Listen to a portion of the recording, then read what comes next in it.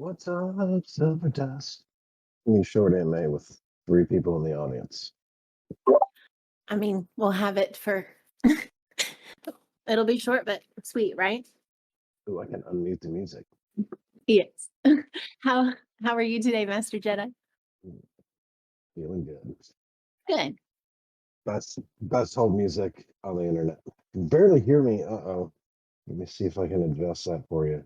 Is that any better, Misky? Lightly. All right. Let me see what I can do. Oh, I know why. How's that? Is that better? Loud and clear. Perfect. It's all about getting on the right microphone. See some new faces in here already. That's great. Welcome, welcome. We'll give everybody a few minutes to pop in. How's your week going, Silver? It's going. It's kind of crazy right now for a lot of people in the US, which you probably know because kids are starting school already. And so Yeah. especially if you have kids in different grade levels, it's always chaos. So and then Yeah. yeah. So it's one of those things, but it's not a bad thing. It's just a lot happening.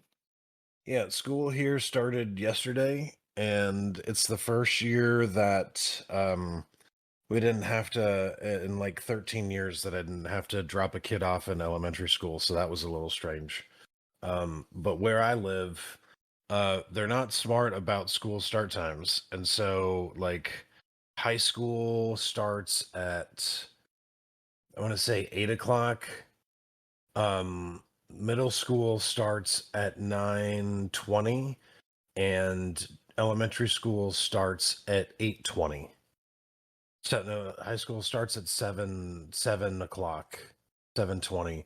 And so if you've got a kid a kid in elementary school and then a kid in middle school, you have to wait an hour before you can drop off the middle school kid, because middle school starts the latest. And that's probably one of the dumbest things I've ever heard. This town won't get enough buses to be able to like have all the schools start at the same time. And to me it just doesn't make any sense, because I grew up in a bigger town that had more than enough buses to be able to get everybody to school at the exact same time, and you didn't have to deal with nonsense. So it's weird. It's really weird. I mean, Exhausting. I think the younger kids start school here at like 7:30, and then the high school starts at like 8:30.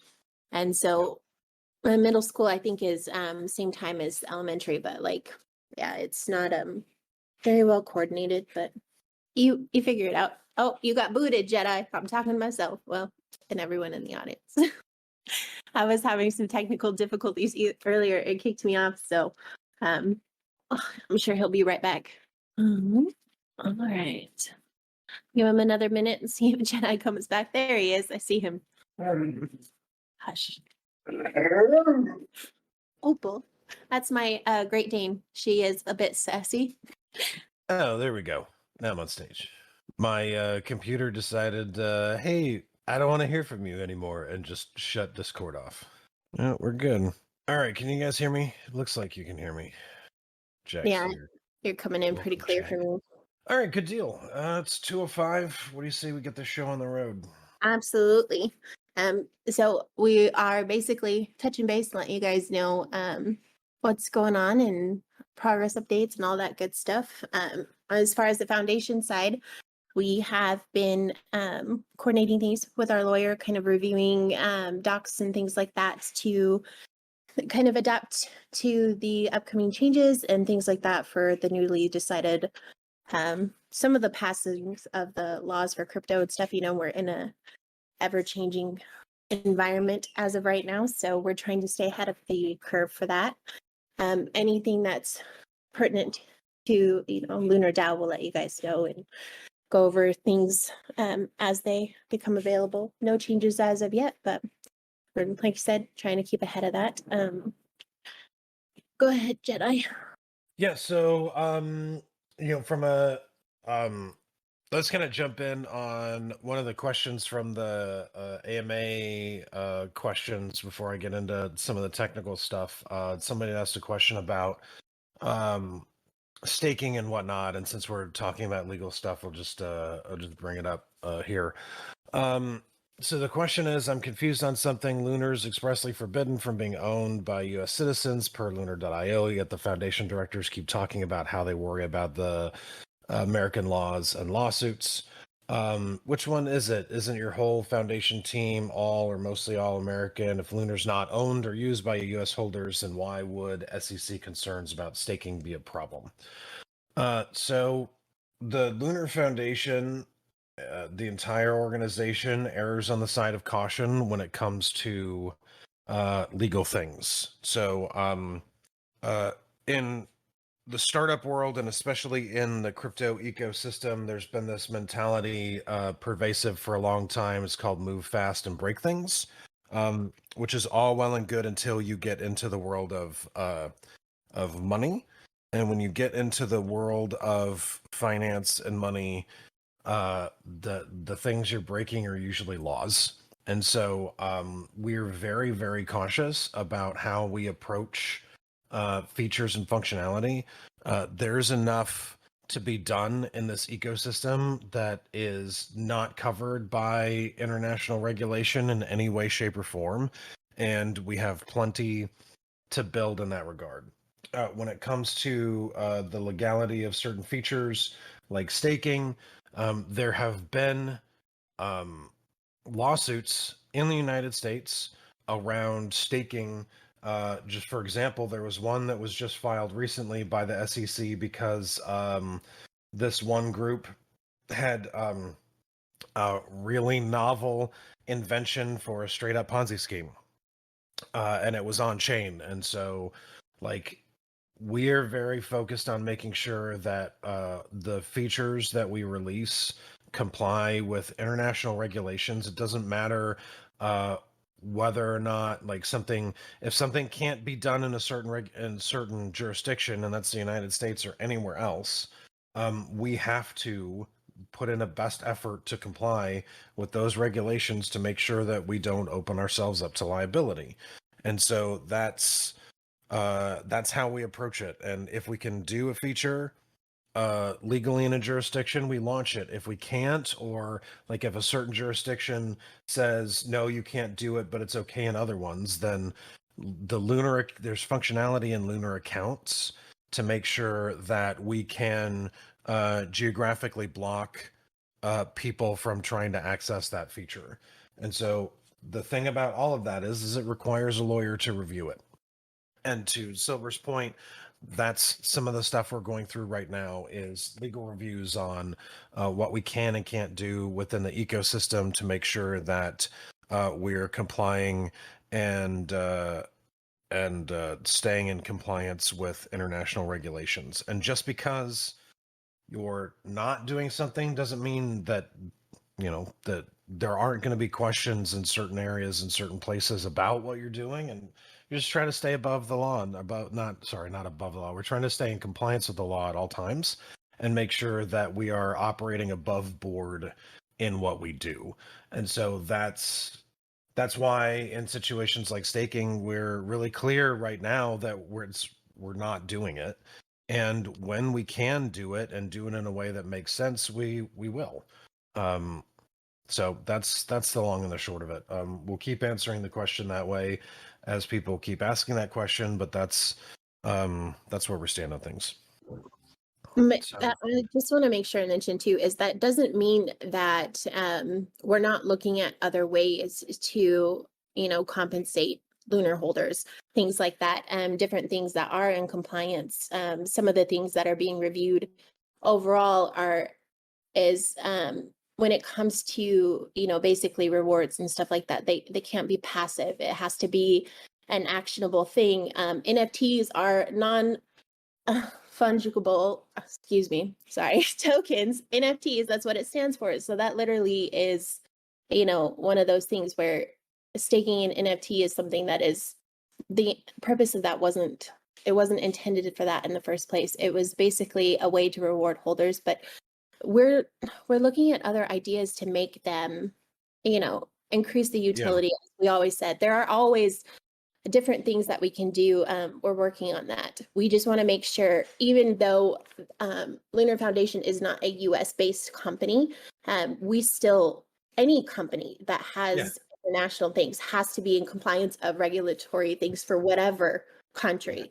Our disclaimer on our website is basically, you know, letting you guys know that the US does not have certain protections. It's not illegal for US citizens to hold cryptocurrency. It's based on each state and different compliances. And I feel like almost weekly, there's some sort of lawsuit or some sort of thing happening right now that are shutting down different, you know, founders or different tokens or different DAOs and things like that. And we just don't want, it's so turbulent out there. We want to be more cautious instead of sinking the ship just because of promises that were made before. But that doesn't mean that we aren't, you know, aware of those, obviously. Yeah.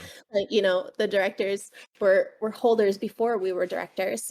We bought NFTs because we thought we were going to be able to, you know, stake them as well. And all of those things are things that we want to do our best to uphold within what we can do with what's legal and what's right for the community and all of those things. So it's not that it's not possible. It's just that we're not able to do it in the standardized way, but we're looking at alternatives to still be able to do that for everyone.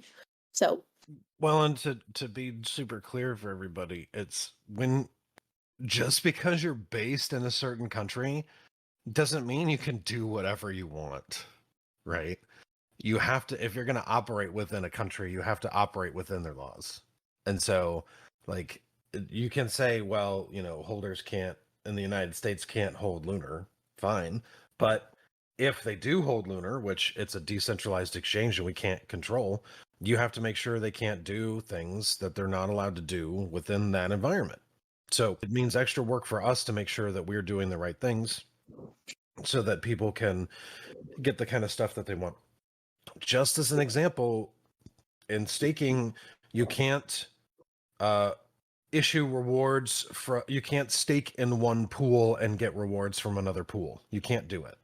You have to, you as an individual have to actively initiate the stake. As far as I know, and this could change, like, again, we're still having lawyers look at it. You have to initiate a stake in a pool and you have to issue the rewards from the same pool.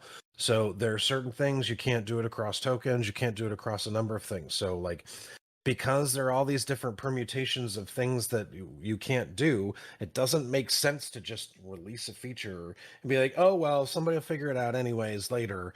It doesn't work like that. You have to do it and be in regulatory compliance. And so the simple answer is we have enough features and functionality to build that we will deploy those things. And when we can, and the utility that we add to the tokens will benefit users in other ways. And that's just how we operate, and we're different than other DAOs, and some people may not like that. And so, you know, but that's the nature of this particular environment. And in the long run, it is proven a number of times that is the right approach, because things that were initially promised by previous leadership turned out wasn't exactly the right way to approach it. So we're working through all of those things. We'll be releasing features and adding functionality to all of our tokens as we are able. And we're always thinking about the utility in mind for these tokens that can, drive perceived and actual value. So. And I also want to point out, I know a lot of people have specifically focused on Lunar and US holders.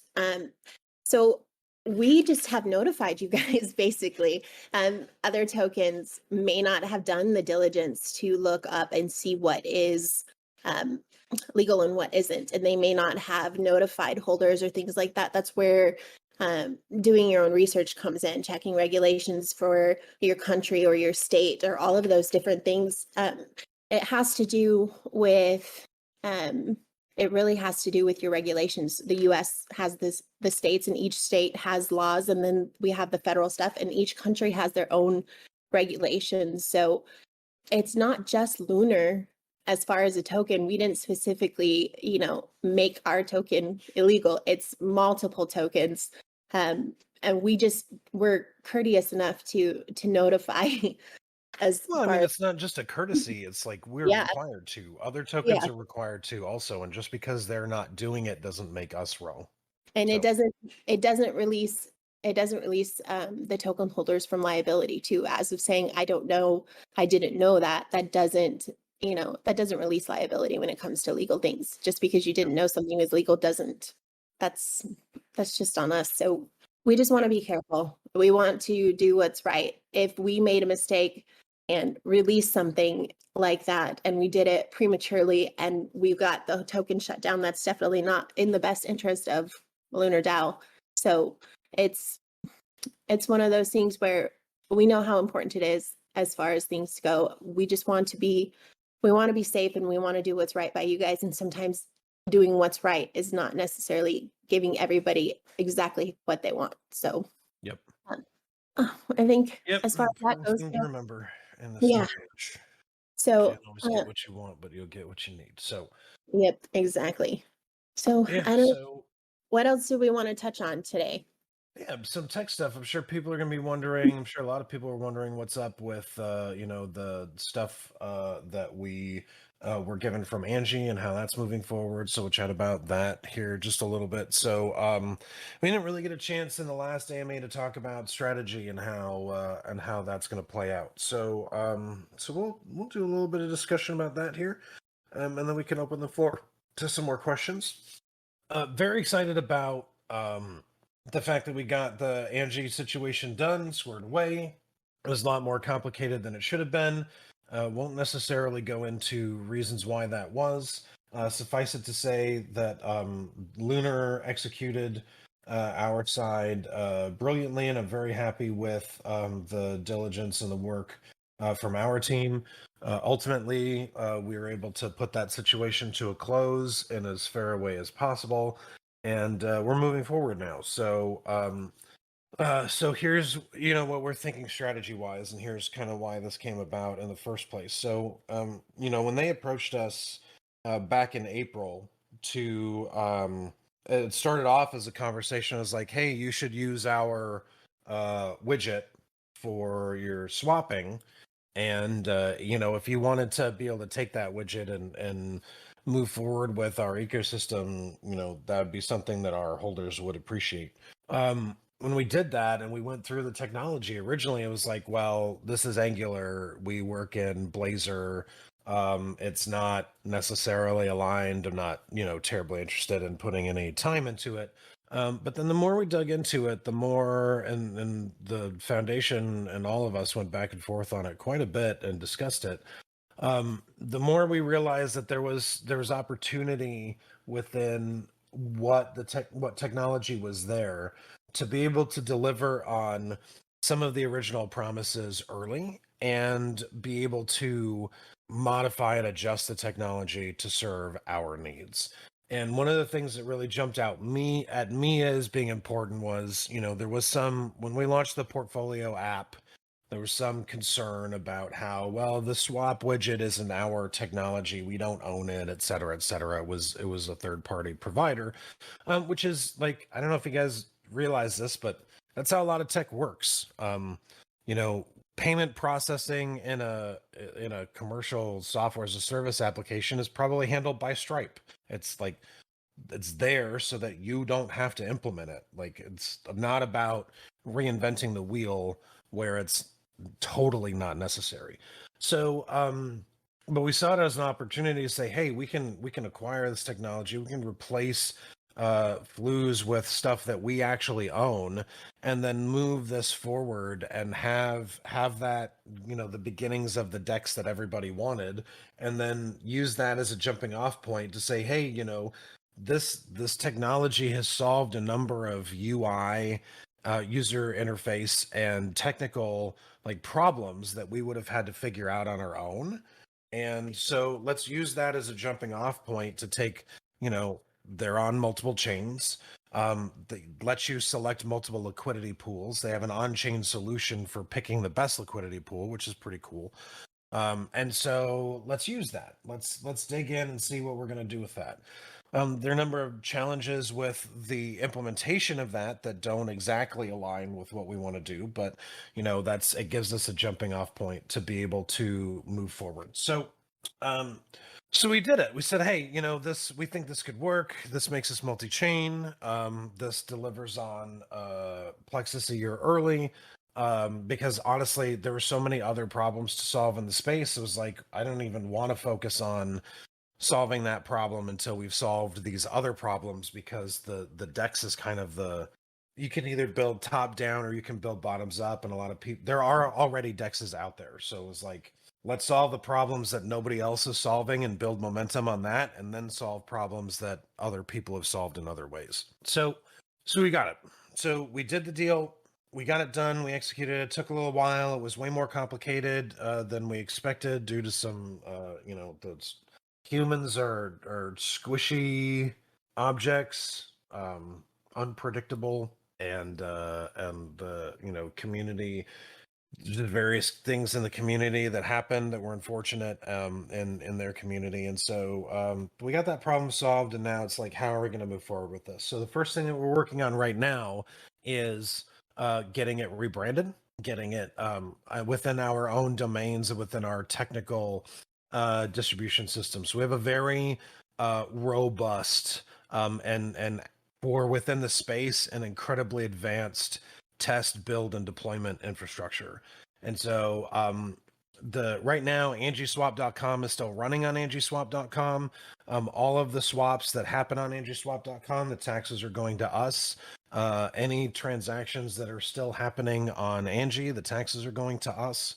And that ecosystem, that token's supposed to be shut down for trades. It's still open for trades. However, we're leaving it open, and people that hold Angie should keep their Angie, because we want to make sure they can access their rewards. So we asked the old Angie team still controls the Angie contract.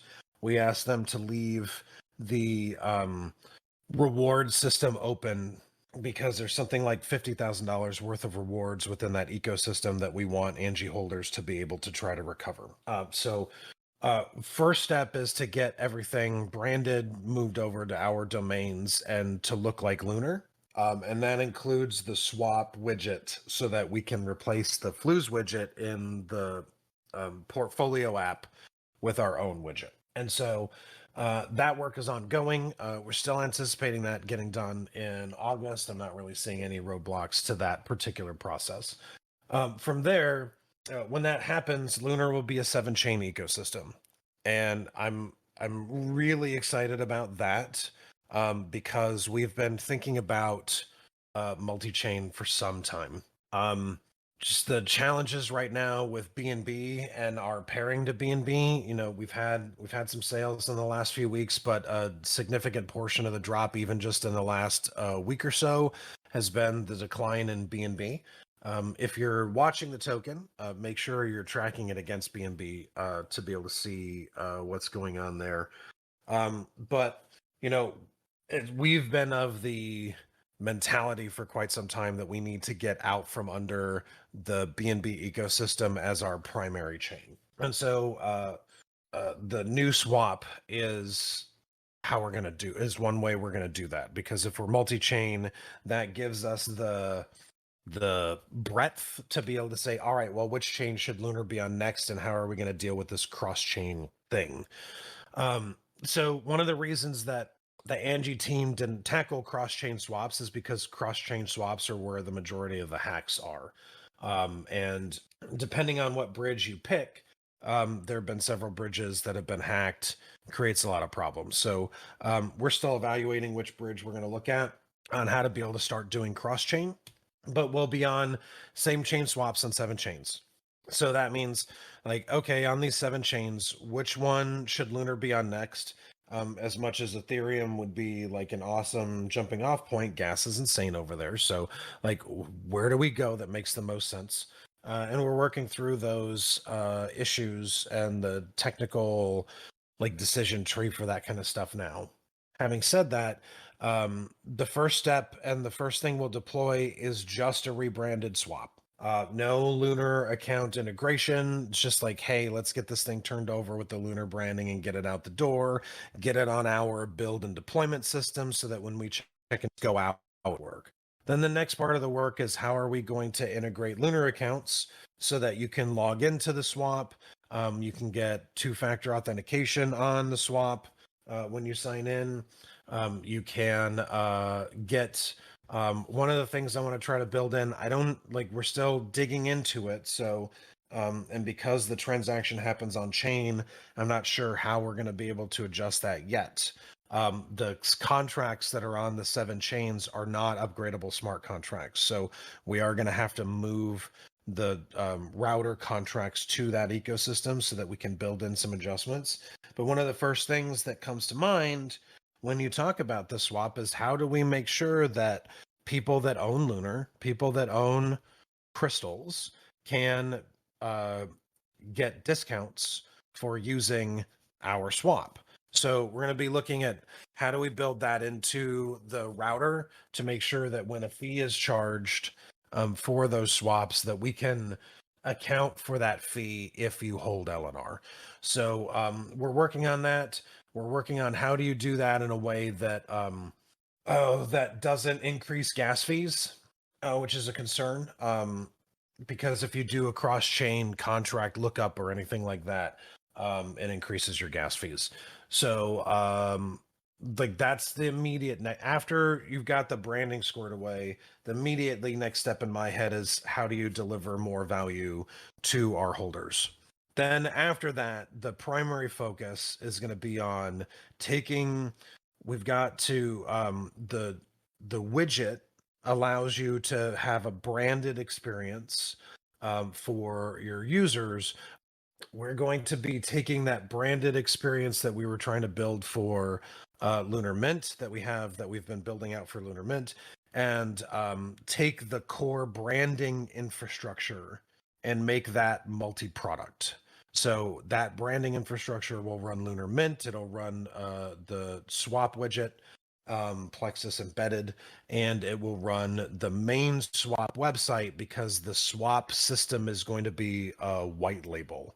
And I know a number of people have asked us, like, I'm going to stop for a second and point out the swap website will be white label possible. So other projects will be able to label the swap with their own brand and run it on their own subdomain. And so we're putting a lot of focus and attention on how do you set up a good branding experience, because that's the thing in Lunar Mint right now that we're working on, and that infrastructure can power those apps moving forward. So we have that done. Then Lunar Mint, the swap system, and the widget will all be brandable using the same account settings, the same like website, the same user interface setup.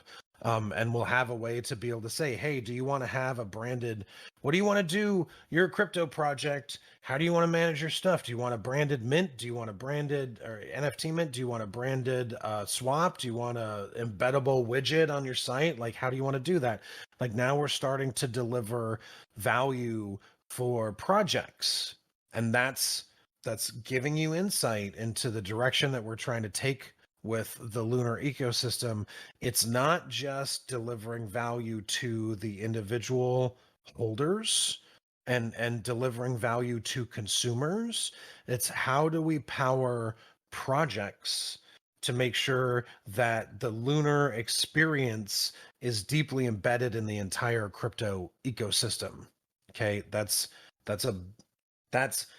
how do you use other projects to be a force multiplier for our technology? And I really hope if you're here and you're listening, you really let that sink in and think about it. It takes a lot of money to market a product to individuals, and you spend a lot of money for like not a lot of transactional value in getting that product out to people that are going to pay like less than $10 a month for something. Okay. So when you talk about, hey, it costs $100 to market to somebody and they're paying $10 a month, you have a 10-month payback period. It's called a $100 customer acquisition cost. You have a 10-month payback period before you see a profit on that. Okay. That's not amazing business. It's why direct to consumer businesses often fail. Okay.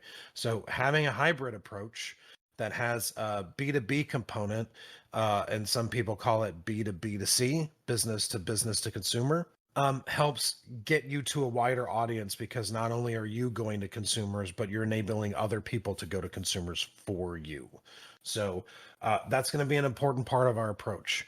That's an important part of how Lunar is going to expand crypto and make it available to more people. So I'm very, very excited for that and the possibilities that stem from how we look at solving the problems that we have in this space. And that's when you look at companies that are successful, companies that aren't successful try to solve problems for other people that they haven't experienced for themselves. We are solving problems that we have to deal with on the day-to-day. And how does that impact the ecosystem all the way down through the individual holder? And so you're going to see us talk about those things a lot more as we release these features within the ecosystem.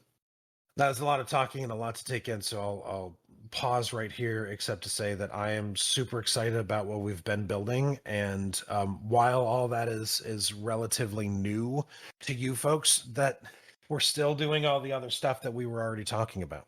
So it's been, the Angie process was physically and emotionally time consuming. And so we've been kind of, and that was a lot of technical, a lot of negotiation and execution work. And so I've been taking and my team's been taking a little bit of a breather on that type of work and taking a break and doing more code, which has been really nice to get into and do the architecture work and to finally be able to sit down and deliver on the promise of what the new swap technology brings. So still plugging away at everything.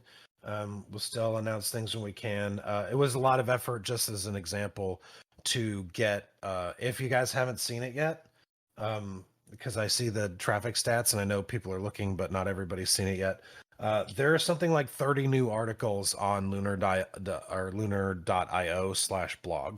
The 30 blog posts. We went through and summarized all of the old monthly updates or weekly updates into monthly updates. Now everybody could see them. And that was a lot of effort getting the ecosystem squared away for new Angie holders to be able to check us out, and for old Lunar holders to see what we've been up to. That was a lot of effort. There's a brand new website out there, lunar.lnr.foundation. That's the new homepage for everything that the Lunar Foundation, as a not-for-profit Cayman's company, is building and doing, and how we are stewards of the Lunar ecosystem. So still more content to come through there. All of that stuff takes a massive amount of effort. So I just want to give a shout out to everybody in the foundation and the directors and the dev team. Everybody's doing a great job. I'm really excited about what's to come, and hopefully you folks have taken the time to research and see what we've been building, and hopefully you're excited with that direction too. I just wanted to mention too that we're doing a $10 Lunar giveaway for everyone that is attending the AMA today, to be drawn from some Miski is taking attendance, so to speak. And once this is over, you just need to be present in the AMA to get a chance to win that. So we're going to continue to do that and, get some more traffic in here. We're going to look at doing basically an announcement bot that will send reminders for AMAs and stuff like that. So once we have more information and things like that to share for you guys. So I just wanted to let you know. To answer Nir's question, in the AMA stage, there were two questions. One, how do we plan to attract people to use our swap? First off, it has to be branded our swap. So not really going to put any marketing muscle into marketing a swap that doesn't have our brand yet. So once it has our brand and it's out there, we'll be using some of the same word of mouth techniques, at least now, to get started. There's still not a ton of sense in spending money on doing that when we don't have like the full Lunar experience merged into it. So we're going to be, tweeting about it. We're going to be shilling about it, posting about on CMC and stuff like that, and then hopefully getting you folks to spread the word on some of it. And then once we start integrating more of the more Lunar functionality in the swap, we'll have more stuff to be able to talk about. So that's that. And then his other question was on the 2023 products. So lunar.io/products is updated and is constantly updated on what we intend to ship and when. And as of right now, what is on that page is current. When we make any updates to that, we will let you folks know. Should be fairly happy with what you see over there in terms of specificity of dates. So I know that's been a concern of people's in the past, so go check it out. Let's see. So Near's other kind of statement: the more people use our swap, the more tax we get. I want to and here's the challenge that we have with these things, right? The swap is 0.02%, which is like it's like if you've ever watched TikToks and you see like home improvement TikToks and watch people get like I've seen some really cool TikToks of people like rebuilding door or like wood planers and stuff like that, where it shaves off wood until it can fit in a certain area, and then you see them like shave off a little tiny sliver of wood that's almost like a film. It's like saran wrap. Like that's basically the tax, right? So yeah, that sounds awesome. And yeah, if you can get like 1 million people using the swap, like maybe that becomes a number that's interesting. But let's be clear, like in this environment, and we're not seeing this environment go away anytime soon, so we're just going to talk about operating in this environment. Like the tax is not going to be anything that's super meaningful. Okay. If you trade LNR, we get a tax that's 6%, and that is meaningful, but 0.02% is not. So we have to think about how are you going to monetize the swap in other ways. We have some ideas on that. We're not talking about those ideas right now, but there are other ways to be able to monetize that ecosystem that we're looking into. Having said that, it's still a fee.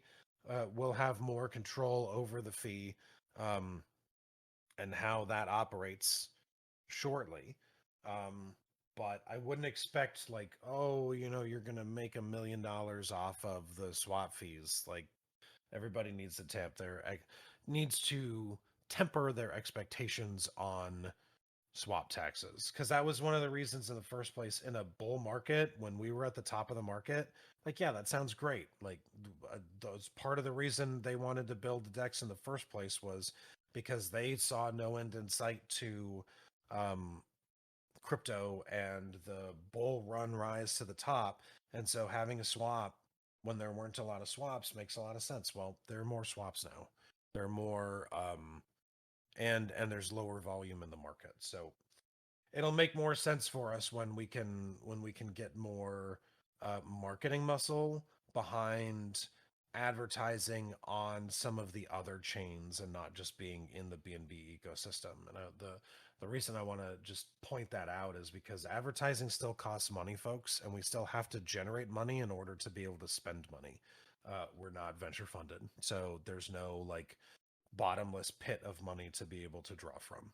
So anytime anybody talks about how we're going to market it, need to be thinking about how we're going to make money in order to be able to do that. So I hope that helps. And then Jack's question here: will opening up the rebranded swap without using Lunar accounts open us up to any legal issues? Like here's the thing about contracts and smart contracts and DeFi. Like swapping one token for another token is not really open anyone up to legal issues. to the best of our knowledge. It's a token swap. You're not actually, if you're purchasing and you're on-ramping through, other systems that have already been legally vetted. And if you on-ramp through that system and use their APIs and whatever, that's their problem, not ours. So part of the reason we took on the swap is we don't foresee any legal issues coming from just having a swapping platform. It's when you start doing things, and there's a recent ruling from the SEC that said that DeFi contracts are within the legal bounds in this space. So the contract itself being legal is a good is a good barometer for us and bodes well for the future. And as long as the regulatory environment continues to make progress in the United States, we foresee a day where we can lift some of the restrictions. But not having Lunar accounts in there, other decentralized exchanges that just do exchanges operate just fine without legal issues. So we're not seeing any problem there whatsoever right now. But that's why we have a lawyer. So if that changes, we'll be on top of it and be able to make adjustments. I think that handles any questions in the chat right now. Does anybody have any other questions? Feel free to either raise your hand or type it out in the chat and we can answer it. Give you folks a opportunity to do that. I'm not seeing any other ones in the AMA stage. Miski, I think we're coming up towards the end here, and we got a lot of people in here that have stuck around the whole time. So I think while you guys are coming up with any more potential questions, Miski, I think it's time to do a drawing. The wheel is spinning. Ruli OS, you are the winner of $10 worth of Lunar. Is that right? Is it one person? Please open a ticket, Ruli, to claim your $10. That's here in the Discord. Just go to the ticket section, pop open a ticket, and we'll get that to you. Right, Sil? Yep, I sure will. I'll get it taken care of. I think we're pretty much finished on our side. Is there anything else that you can think of last minute? I didn't see any new questions. Chili Fuego's typing, so we'll let them finish typing up their question here. Can you explain more about the legal part of owning Lunar in the United States? No. Unfortunately, like there's a document on the website under Lunar tokens. There's a disclaimer at the bottom. We are clear about those things so that you guys can understand that there's on lunar.io you can go to the website. It's lunar.io/tokens/LNR-BSC if I remember correctly. And if you go there, there's a longer disclaimer about the legal situation there. We're not lawyers, so I don't want to get too much into the weeds on how that works. But the reason that disclaimer is there is because just the regulatory environment in the United States. So you got to do your own research on that, and then operate on a decentralized exchange at your own risk. I want to be clear, we say you should not hold Lunar in the United States. That's our job to do that. It's your job to do your own research and figure out what you're allowed to do and what you're not allowed to do. So that's unfortunately where that stands, and that's for any jurisdiction, not just the United States.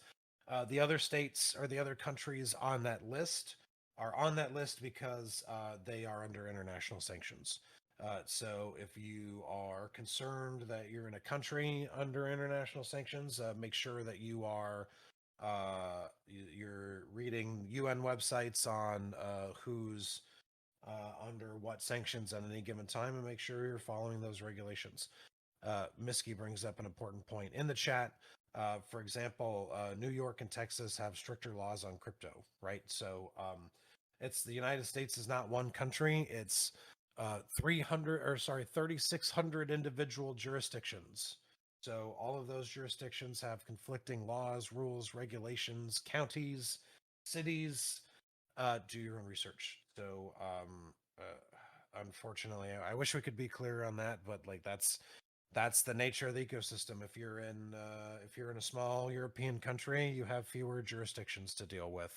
Here we don't. So a lot of jurisdictions. So It's Miski basically, brings up an yeah, interesting point. It's like carrying a gun in California versus Montana, right? yeah. There's different laws, different regulations. And our But disclaimer, like I was saying, it's basically like us putting something on, like how a coffee cup will have caution, contents maybe hot. It is a cover. And like I said, it's not specific to Lunar, it's specific to the chain. So like all of the different ones have restrictions. And so just because, we are notifying you of it doesn't mean that anything else you're holding doesn't have that. It's just that we are doing our diligence and notifying. It's basically a release of liability, so to speak. But we can't Yeah. really go into that kind of stuff because that would be considered giving legal advice or investing advice or financial advice, and those things you can't do those without licenses. So yeah, we just have to be cautious. It's not that we don't want to answer those questions. It's just that again we can't. So yep. None of this is legal advice. None of this is financial advice. We're just your token holders. We help you answer questions about the ecosystem so you can make decisions for yourself about the tokens you hold. So that is that. Yeah. Caution, coffee's hot. I don't know that there's anything else to think about or to talk about right now. We still got a ton of stuff behind the scenes going on, still under NDA about a number of other things, and have some more exciting, some further exciting news coming in the weeks ahead. So I'm really excited to get the new swap out the door, and to be able to keep moving forward on the ecosystem. So thanks everybody for your support. Thanks to directors for continuing to be the consummate professionals that they are, and for their support of this ecosystem that, by the way, they volunteer on, folks. So make sure you're showing your love to them. Both private DMs are great, but it's nice to be able to see appreciation in public chats. So make sure that you are showing your love to the holders and the directors and the community. We appreciate everybody so much. And we look forward to someday getting through the current economic climate and getting out on the other side. So, yes, thank you guys so much for attending. We appreciate it, and I will go ahead and end the AMA. So you guys have a wonderful day or evening, yep. morning, wherever you're at. Thanks. Any other questions, drop them in the AMA questions channel and we'll address them as they come up. So appreciate you folks. Have a great weekend.